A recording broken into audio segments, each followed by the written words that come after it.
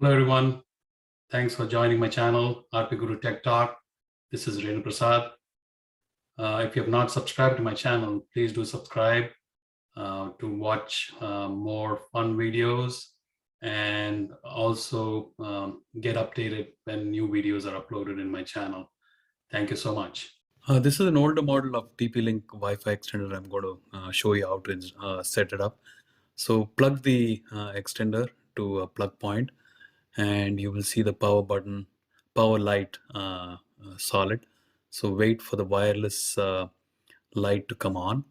Once it comes on, you can go back to your laptop or your desktop and see if there's one of the items is there, TP-Link extender is there. Just do a connect. There's no password or anything, so just connect.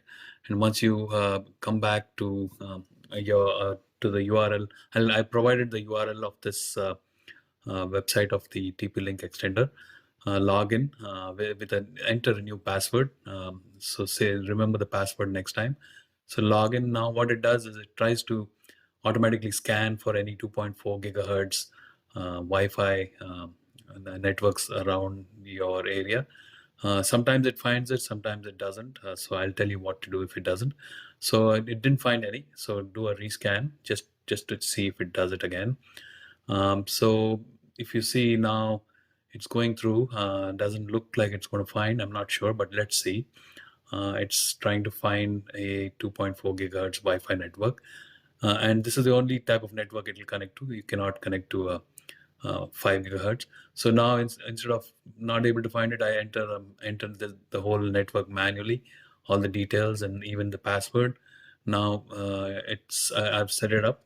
So now once I set it up, I can actually say I can change the SSID to whatever I want. So once I have done that, you can see if I go to my list, it's actually finding that extender 2.4. So I just connect it now, and then once it's connected, let's see what the next steps are. This is an older model. The RE200 is a better model. I mean, it has both the 2.4 and 5 gigahertz connectivity. So and the prices are similar, so you can go for that. So now once it's connected and I said next, it's booting. I mean, the extender is booting now.